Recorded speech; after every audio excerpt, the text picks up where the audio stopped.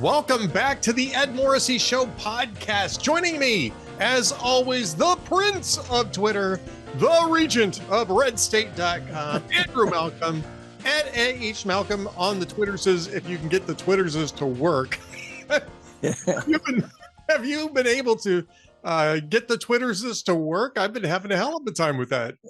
I haven't. I got a notice that I was only going to be able to tweet 6,000 times a day. I think I've done 115,000 tweets since 2008. So that's I don't know what that is, but it's I'm never going to do 6,000 a day.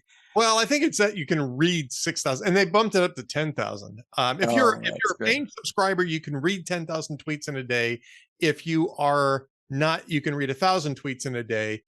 And I was telling this to family members, and they said, "So what they're telling you is that you should get a life." Are you kidding me? You need to read more than 10,000 tweets in a day? What the hell is wrong with you? That's a good line. Yeah. Oh my gosh. Yeah. And I mean, the only reason why it's been a problem for me is because they broke TweetDeck. And I use TweetDeck, but whatever they did, it absolutely broke it. I mean, I wasn't seeing anything. I could see the direct messages. I could see the DMs, but that was it. That was the only thing I could see on TweetDeck. And finally, I looked it up, and there's a beta version of TweetDeck that they were going to roll out later. That does work, so I've managed to figure out how to access that. But I mean, geez. The app worked fine for me. You know, if I use just the web page, it worked fine for me. I didn't have any problems with it except for TweetDeck, and that's how I use it most of these through TweetDeck. Yeah. I never could figure that out, but I'm old.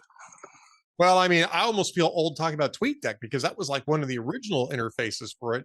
And they've gone beyond that. And for a while, they were talking about not even updating it. And then that caused a stink. So they decided they were going to continue to keep it updated.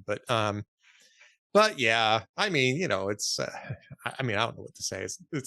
It's hardly the end of civilization as we know it, right? Right. Yeah, these are our first world problems. Yeah.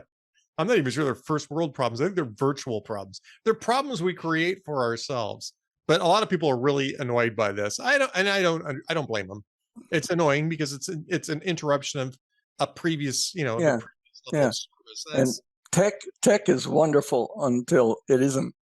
You know. Oh my gosh! You know what else is wonderful until it isn't? Is media. I'm a Supreme Court geek, and I admit this, right? I'm a Supreme Court geek. I am not an attorney, but I've been. But you did stay at a Holiday Inn. I did a couple of times. So I think I've got an advanced Juris Doctorate because I stayed at a Holiday Inn Express a couple of times. But I mean, I read, you know, as a kid, I used to read case law because I just thought the stories were interesting, right? And my mother wanted me to become an attorney, and I didn't do that. My colleges wanted me to go to class. I didn't do that either. So, you know, it's one of those. But I've always been interested in the law. And you know, part of my job when I'm doing these analyses is looking at statutes. Oh yeah, you're one of the best at that. So, but I get that most people aren't, right? Most people don't really get into that level, and I understand why. I'm kind of a geek, and I get that. So, you know, I'm the kind of geek that you know, the last week of the Supreme Court term, I've got a list of cases that haven't been decided yet. I'm trying to decide who's going to write what opinion based on the sittings and stuff like that. I mean, it's.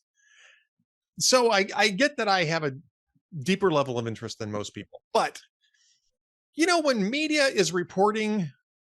are reporting on these decisions, I do have sort of a threshold expectation that they will have at least have read the opinion to determine what was in it before they start reporting on it. And I mean, in both and reacting and denouncing it. Yeah, exactly. Both of the major decisions that came down Friday. I mean, just the media was terrible on these things. The affirmative action case was the reporting on the affirmative action case was bad.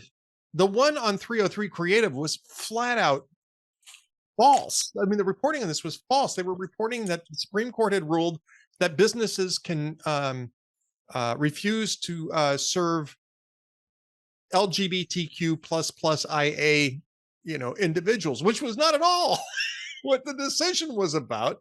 And in fact, in the decision was very clear that this wasn't about access. It was about custom expressive messaging. And that was what was at issue in Masterpiece Cake Shop. It's what was, it's somewhat less actually of at stake in the Barronelle Stutzman florist case. But certainly was in 303 Creative and Masterpiece Cake Shop. And the ruling was, it was 6-3, that the state cannot force businesses to create custom expressive messages for events that violate the business owner's religious beliefs. Now, if the business owner wants to do it anyway, even though it's not part of their beliefs, that's fine. There's nothing that keeps them from doing that. But this is just saying, look, if you're going to go to in this case, a website designer, and ask them to create a custom website for you that extols same-sex marriage when they don't believe in it, the website designer has the right to say, I'm not interested in doing that. There are other website designers that you can find to do it. Yeah, and who would want a website designer who doesn't like what you're doing? Right. Yeah, I mean, the truth is that most of the cases that are coming up here are the result of activists who are specifically trying to find Christian business owners to try to punish them for being in the marketplace. That was true that's very true of Jack Phillips in Masterpiece Cake Shop. It actually wasn't the case in this one. And this was the really interesting part too, that the media also screwed. So in 303 Creative, the business owner had created the business, but even before she took a single client, sued the state of Colorado over the enforcement of their interpretation of public accommodation laws, saying that as soon as somebody asked me to do this, these guys are going to be on me like, stink on crap, right? Flies on white rice, whatever analogy you want to use. And in district court, the lawsuit was dismissed for lack of standing because you haven't actually suffered an injury yet. She appealed that, went to the 10th Circuit, and the 10th Circuit, looking at Colorado's track record, said, no, you've got a point. It's just a matter of time before you end up getting hammered by this, but didn't agree with her reasoning. And that's when it was appealed to the Supreme Court. So the other thing from the media was, all this is made up. All this is made up. This is a made up case. She made up the case. It never should have been in front of the Supreme Court. To which I said, did you guys read the opinion? Yeah. Did you read the part about standing? And I mean, Andrew, and this is my big gripe here, nobody's reading these things before they start reporting on them. It's like one person says something that everybody else jumps on whatever that one person said, rather than just go to the source material, which is published immediately and available to all. Yeah, it's very unprofessional, but I guess we should have come to expect that these days. Yeah, but why? Why should we expect that? I mean, that's the thing. I know I'm being a big crybaby because it's not. No, you're among other things, you're a consumer of news, and you have a right to expect, especially if you're a subscriber, even at discount rates, to website, you have a right to expect that they're being professional, and they're not. They're not doing a thorough job, and it's pathetic. But the responsibility with all these sources online has fallen to the news consumer. But I don't think Americans are inclined. They see something, it agrees with them, and by golly, they're off to the races. They're not going to go read the source material either. It's sad. It is sad. And, and it's not every single media outlet. There were a couple of media outlets that got this right. But CNN, for instance, got it very wrong and continue to keep getting it wrong. Axios got it wrong. And CBS, their social media person got it wrong, and I made the mistake of assuming that that was what was in the report. The reporter actually contacted me and said, "Hey, look, I got it right. They just didn't do the tweet right. Can you should be aware of that." So I deleted the tweet and reframed it so that and I said, "Hey, I got this wrong. The reporter actually reported it correctly. Their social media person is the problem here, but it's still CBS News." I mean, I didn't even actually mention the reporter in the original tweet. But I mean, Axios was, their headline and their article was basically they took the line from the dissent. And this is the reason why it kept showing up. Sonia Sotomayor in the dissent wrote that for the first time ever, the Supreme Court is saying that that businesses don't have to serve people of protected classes. And which wasn't true. I mean, really, honestly, in both cases, the dissent is so intellectually vapid as to boggle the mind. And especially, I think, in the affirmative action case, where Clarence Thomas ended up just ripping the shreds out of Ketanji Brown Jackson and Sonia Sotomayor on the history of oppression. And but I mean, the majority made it clear that that wasn't the case. The majority made it very clear in the opinion that what they were doing wasn't touching any other public accommodation laws, but public accommodation laws that forced people to perform custom expressive content were unconstitutional. I mean, if you look at the First Amendment, it's pretty clear. Yes. The state can't force you to have a certain type of speech. So yeah, there was no nuance in this, though, and the whole thing was, I don't know, it was a real clusterfuck as far as the media coverage of this was, and I mean, it does a disservice to the public debate too. Of course it does. It's disgusting, and like corrections in newspapers, the mistakes, the corrections, if they made them, will never catch up. So thousands, if not millions of people are walking around with the wrong impression. And you can't undo that. It's tragic is what it is for our society if you're going to have the honest debates on facts, not misinterpretations. Right, exactly. Because you can't have a public debate on facts if you don't have the facts, if media outlets don't provide the facts. Now, the nice thing is that most of us have figured out how to get around that, right? I don't rely on media outlets to describe Supreme Court decisions or to interpret them for me. I just go to the Supreme Court website and read the opinion, because it's there, it's free. You don't even have to subscribe. There's no such thing as a Supreme Court VIP member, but if there was, you would be one.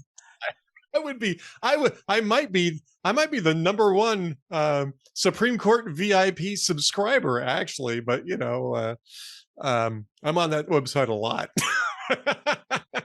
But it's free. It's from the government. It's all free. It's easy to find. You can go back and take a look through all of the case materials too.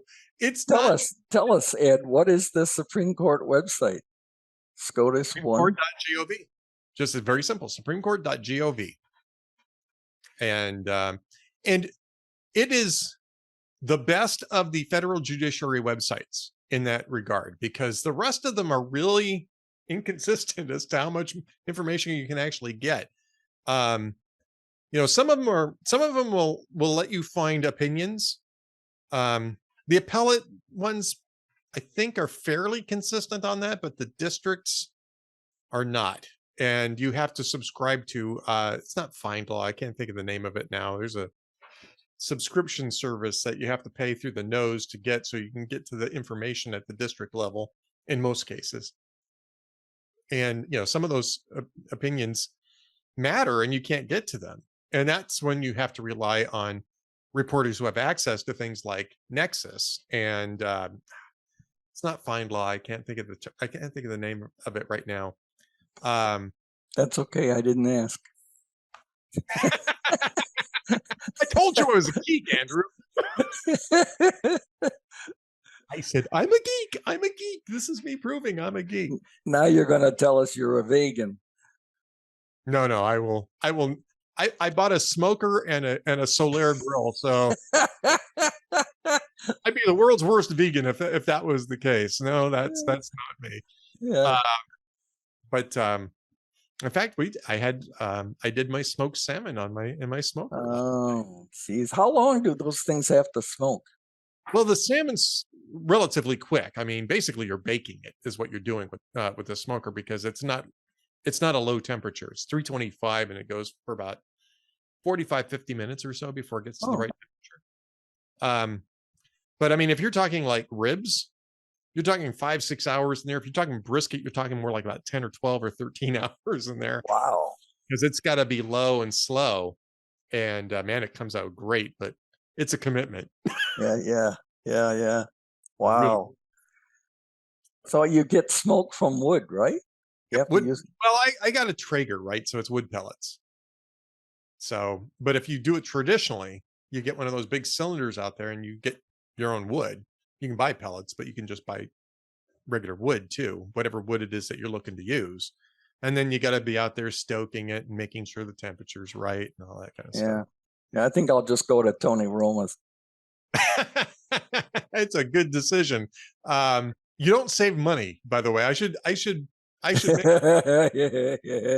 You don't save money when you buy your own smoker. This is basically an expensive hobby to have, but it's a delicious hobby. Yeah. So delicious.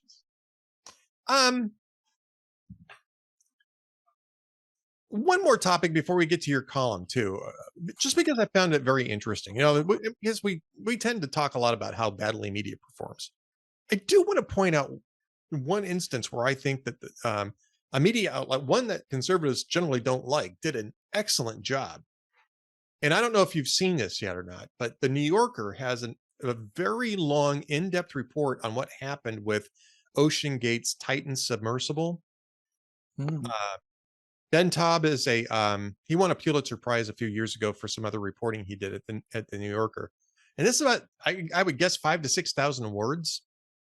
And it's an amazingly good, an amazingly impactful report on what happened. And I mean, this guy did it right. He talked to the people who were involved. He talked to the people who were around the people who were involved.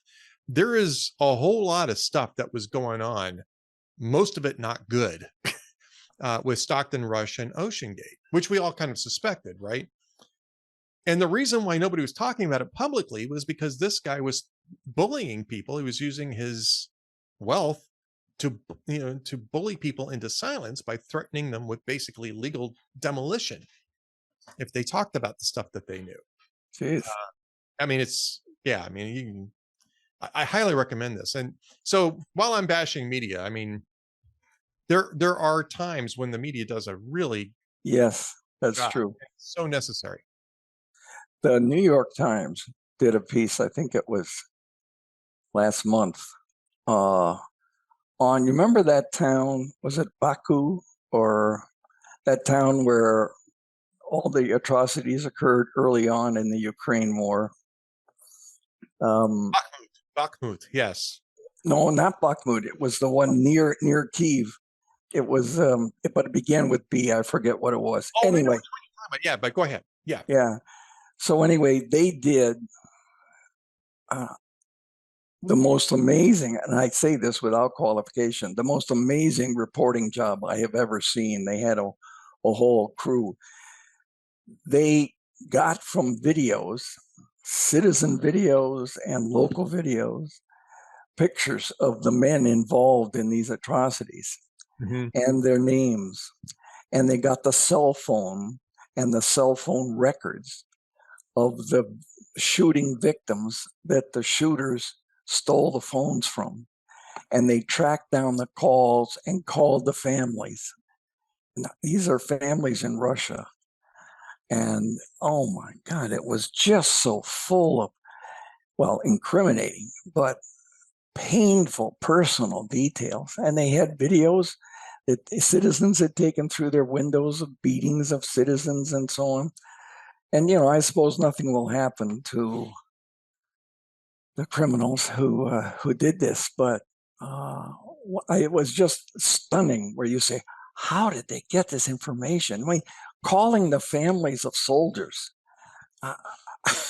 and interviewing them in Russian or whatever their language is about the atrocities that they performed. It's just, I was in awe. So I recommend that. I don't know what the headline was, but it shouldn't be hard to find. It was immense. And the New York Times has always been pretty good in terms of foreign reporting. And that's right. That's why I subscribe, is the foreign reporting. Full disclosure, I was on the foreign staff for a while, and so I know how they run it, and it's amazing. It has none of the biases that we've come to expect in the domestic coverage, political or otherwise. It's just strict stuff. I mean, they had a photographer in Bakhmut. They had reporters talking to the guys coming back from the lines. They do it, and they had. I don't know what their relationship is with the Times, but they had Russians and Ukrainians working for them, so they had the language locked up. It's they are very good, and it's worth the $1 a week or whatever they're offering now. Well, and I agree. I mean, that part of the paper is valuable, and look, I'll give them credit for the other part of the paper too. They were, as far as I know, the only major newspaper that reported on the study in the Journal of the American Medical Association, JAMA, which is the medical journal in the United States, on the study in Denmark on, it was a 40-year study, or study of 40 years, I should say, of outcomes on transgenders. And the study determined that, and it's a small number, which is interesting in and of itself, because Denmark's famously progressive about this type of stuff. But that the suicide attempt rate in that population was 7 times higher than it was in the general population. Wow. And this is among people who've successfully transitioned or are successfully transitioning, because Denmark makes it very easy for them to do this, right? The other part of this was that 43% of the people who had transitioned had a psychiatric diagnosis that was, correlated to this, whereas the population in general, only 7% have a psychiatric diagnosis. So it's 6 times higher for psychiatric diagnoses, right? And these are people who are, they're not facing societal pressure or, oppression or anything else like this. The other thing about Denmark too is this gives you an idea of how much record keeping they do on everybody in Denmark, which is a little creepy. Yeah, there aren't as many as there are 30 million Americans, but yeah. True enough, and so there is some of that. I mean, that's certainly one reason why they're made. But I mean, honestly, the level of record keeping on individuals in Denmark is more than just a little creepy, but it allows them to do stuff like this, right? And the New York Times, to its credit, reported on this, and mostly straight. No pun intended. Mostly as a straight news report. They threw in a little kind of a curveball, maybe about in the middle of it, but it was only for about a paragraph that was suggesting that, Republicans were arguing that suicide among transgenders doesn't exist, which is absolutely wrong. What we've been arguing is that the suicide rate among transgenders is higher than it is for people who are,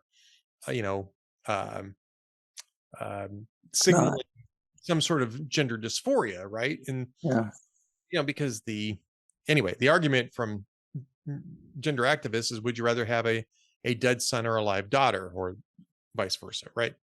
And so this is very important. This is really one of the first at scale studies of outcomes, and it reinforces the fact that this isn't actually solving anything. People in this group are far more unhappy even after transitioning than the rest of the population by significant factors.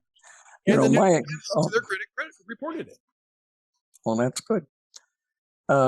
My experience in Denmark, I spent a while there, and I took a train once up to, I forget the town, but where Macbeth's castle is supposed to be. Oh, wow. And I was walking around the town trying to find it. And of course, I don't speak Danish, but I did have my little dictionary. And there was a woman walking with a stroller and a baby, and she was walking along. And I walked up to her and tried with my Danish to ask where was Macbeth's castle. And she let me. But after a minute or two, she said in perfect English, "What exactly are you trying to find?"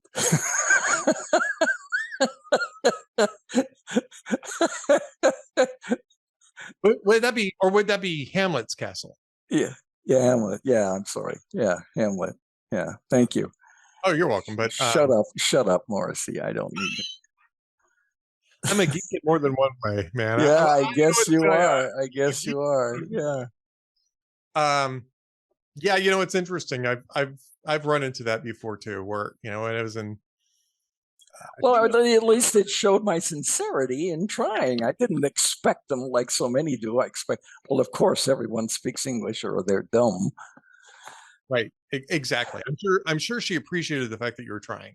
Yeah, I don't know about that, but I did work. This is funny. It's not on any subject, but I worked as an apprentice reporter on a newspaper in Belgium for a while to help learn French. And if you want to know about a sphincter tightening experience, you have an editor send you out to cover a murder in a Brussels suburb with the police who don't speak English. Ooh. But anyway, so I was there for a while, and that's where I was learning a lot of French. And then I was in Paris, and I was buying some clothing, and the woman said to me in French, when I was speaking French, she said, "Oh, I know where you're from."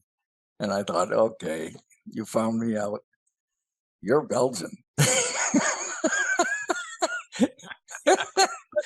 Right? Yeah. Well, I took it as a compliment. Obviously, all these years later, I remember it. But they do have Belgian French has different ways of counting different words for numbers. Mm-hmm. But there is an accent, I guess, just as there is in the U.S.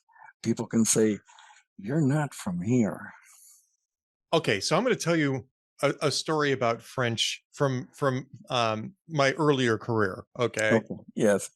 Okay. And you will appreciate this. I know you will appreciate this because it involves Canada. Oh, there we go. Yes.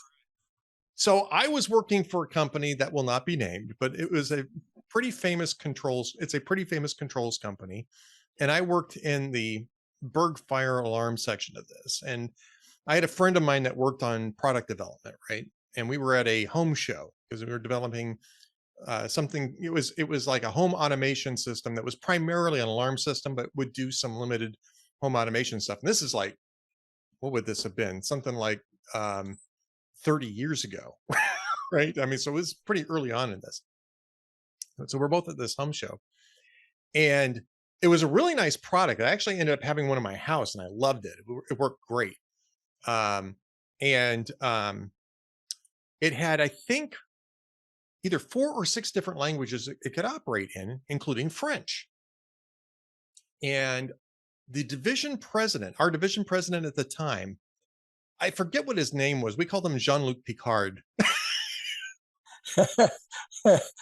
That wasn't it, but I mean, I'll use that name because that was sort of how we referred to him at the time. He wasn't really from our division. He kind of came over in a corporate move sort of thing. He didn't come up through our division. So at that level, you don't really need to necessarily have to do that. Anyway, so he's French. He was from France, right? He was from one of our other divisions in France, and he'd come over to take this over.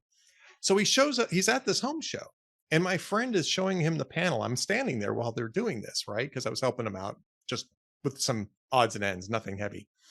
And he's showing him this, and this guy's, "Oh yeah, this is very nice, very nice, very nice."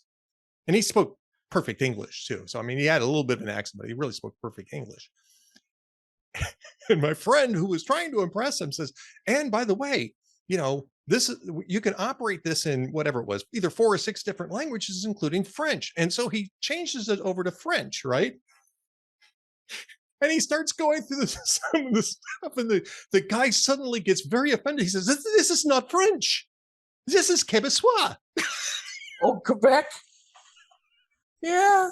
He says, and he says, my friend says, I'm sorry, what? He says, this is not French. This is Québécois. Is because also when he got excited, his accent sort of picked up a little bit. And I think my friend said something, well, it's French. They're both French, right? No. No. This is Québécois. And my friend was like, okay, but we're selling this in Canada. We're preparing to sell this in Canada. He says, oh, I understand that. And he said, but do not call this French. This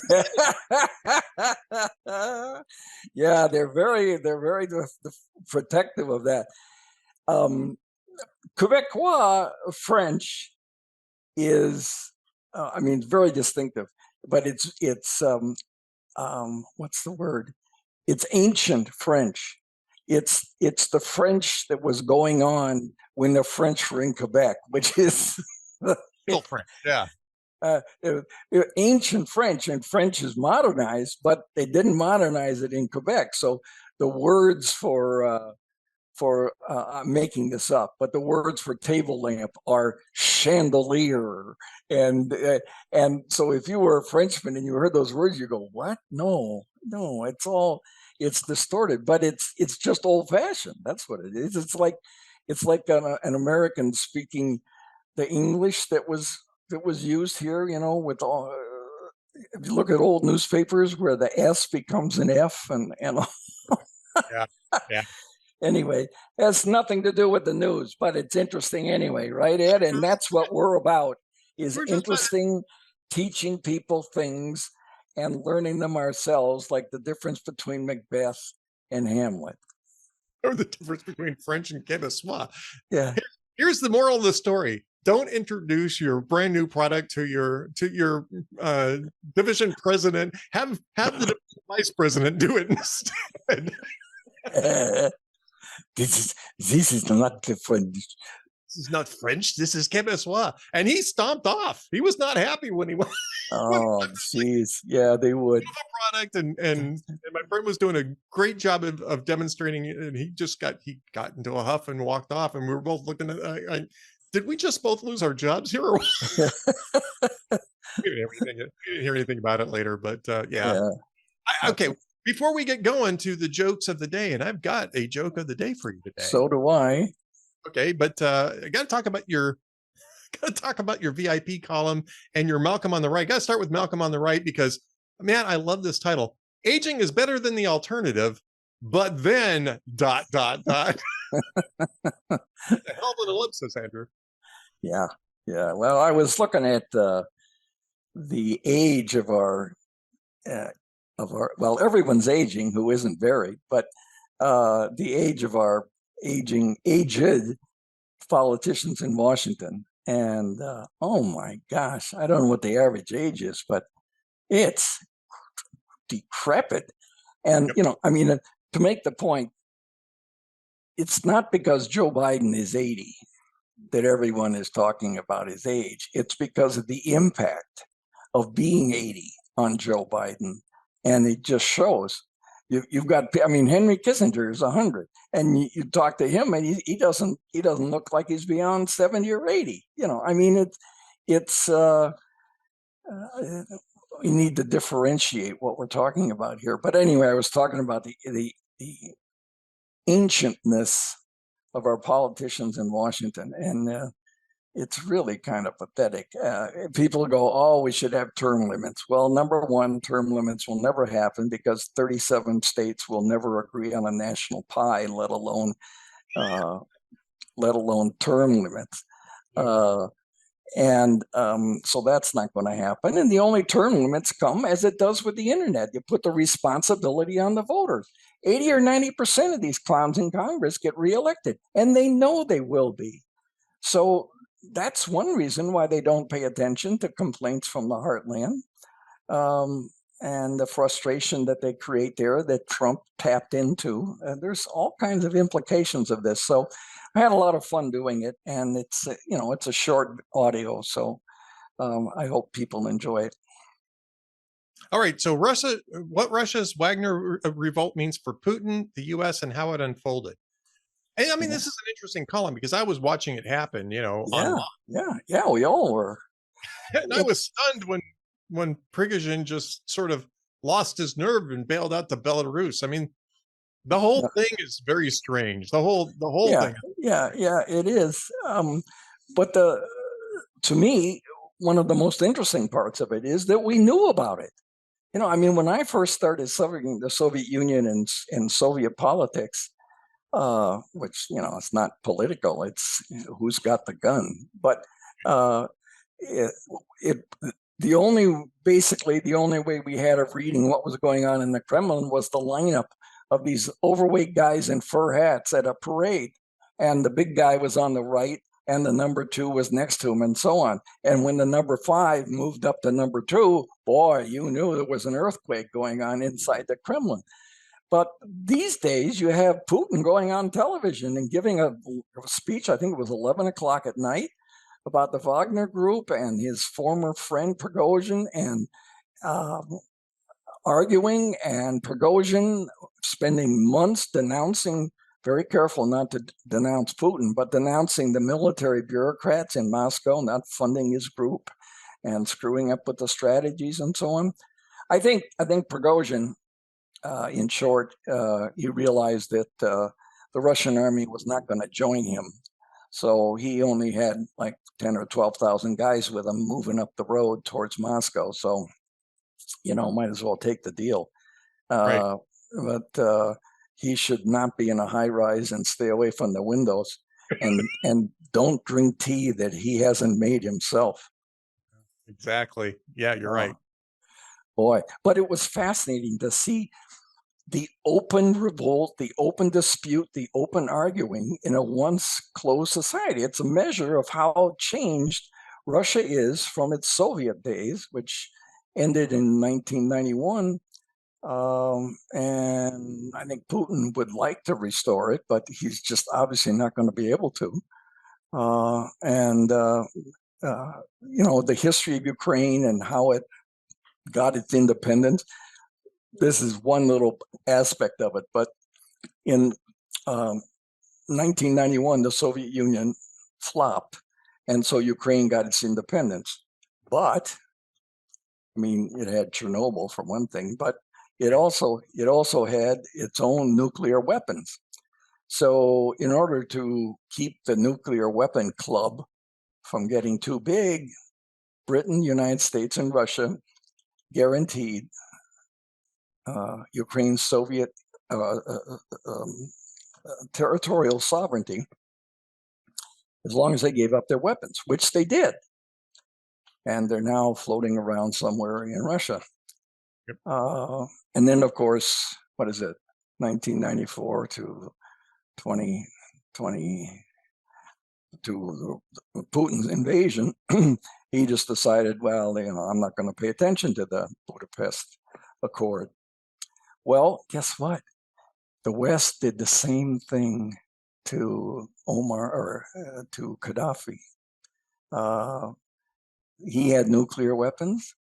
We convinced him to give them up in 2002. Europe and the U.S. agreed to protect its territorial sovereignty, but then 2011, Europe decided, we don't like him anymore, and so they asked Obama, who had just won the Nobel Peace Prize, and he joined the assault and ousting Gaddafi. And Hillary Clinton's famous "We came, we saw, he died." They found him hiding in a culvert, and a crowd dismissed him. It's a good lesson in case anyone thinks that Iran or North Korea is going to agree to anything if they give up their nuclear weapons, because that's not going to happen. And if you're those countries, you'd be silly to do it. anyway, there's so many facets to this story. It was very difficult. It took a long time to write, to weave everything together, and to tie it into the U.S. and to look at what might happen in the future and so on. And the worst thing we could have is Russian factions, a civil war in Russia, fighting over those nuclear weapons. And somebody wants to show how tough they are, and they'd attack the West, or another faction. So Ukraine's job is to deplete Russian power. They've done a lot of that. There's more to be done. But I saw a Gallup poll that a large majority of Americans support that, and I think that's good. So we don't have to get involved through NATO with fighting the next Putin invasion. I agree.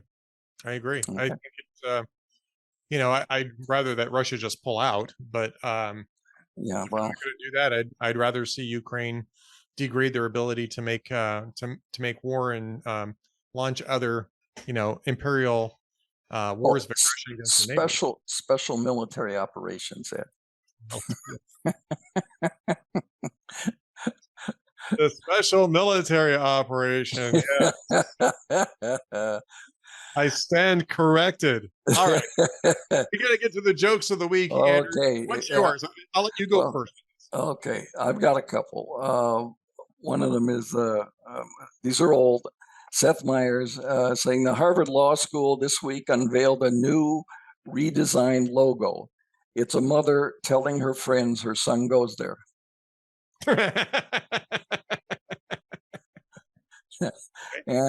And I've got two more. And Myers, old one, he says Southwest Airline pilots are in a 2-year wage dispute. The talks have been going on for so long that Group C is almost ready to board. Wow, that's long. Okay. Yeah, it's a long time. Yeah. Now you do one, and I can close it with my last one. Well, mine's like a top 10 list. So I got to just run all the way through it. So hold yours. All right. All right. I'm going to do this David Letterman style. Oh, okay. All right. Written that way, but I'm going to do it David Letterman style. So, okay. Proper homage to David Letterman. The top 10 things that you never hear in church. Number 10. Nothing inspires and strengthens my commitment like our annual stewardship drive. Number 9. Pastor, we'd like to send you to this Bible seminar in the Bahamas. Number 8. Since we're all here, let's start the service early. Number 7. I love it when we sing hymns I've never heard of before. Number 6. Forget the denominational minimum salary. Let's pay our pastor so he can live like we do. Number 5. I volunteer to be the permanent teacher for the junior high Sunday school class. That's my favorite on the list. Number 4. I've decided to give our church the $500 a month I used to send TV evangelists. Number 3, personally, I find witnessing much more enjoyable than golf. Number 2, I was so enthralled, I never noticed that your sermon went 25 minutes over time. And the number 1 thing that you never hear in church, hey, it's my turn to sit in the front pew. Oh, I can hear Letterman doing that and Paul Schaefer playing the music. It might actually be an old Letterman thing, but it wasn't written that way. I top 10 lists, you have to do it David Letterman style. You got to. Oh, that's right. That's right. Exactly right. Exactly right. Well, mine to close out is a transcript of a radio transmission, NASA, from the first woman on the moon with Houston. And she says, Houston, we have a problem. Houston says, what? She says, never mind. What's the problem? Nothing. Please tell us. No, you know very well what the problem is.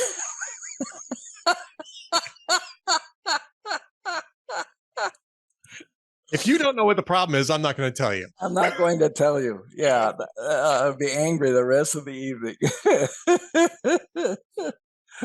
Moon's going to be a very cold place. I can tell you that right now. Yeah. All right. Yeah. Well, Andrew Malcolm, as always, the Prince of Twitter when Twitter exists, and the regent of redstate.com at AH Malcolm on the Twitters. Is great doing this again with you. Yeah, we had a lot of fun today. That was good. Oh, yeah, of course we did. And happy Independence Day. We're doing this the day before, but yep.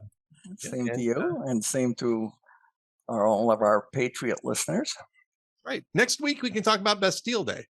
I'll try to look at. Oh, they're having an early one there, aren't they? Burning cars and driving them out of parking garages and crashing. And maybe we should talk about Bastille Day today, but next week we can talk about Bastille Day. I'll see if I can find Jean-Luc Picard and ask him how to say that in Québécois. Anyway, Andrew Malcolm, have a great week. We'll talk next time. Thank you, Ed. See you, everybody.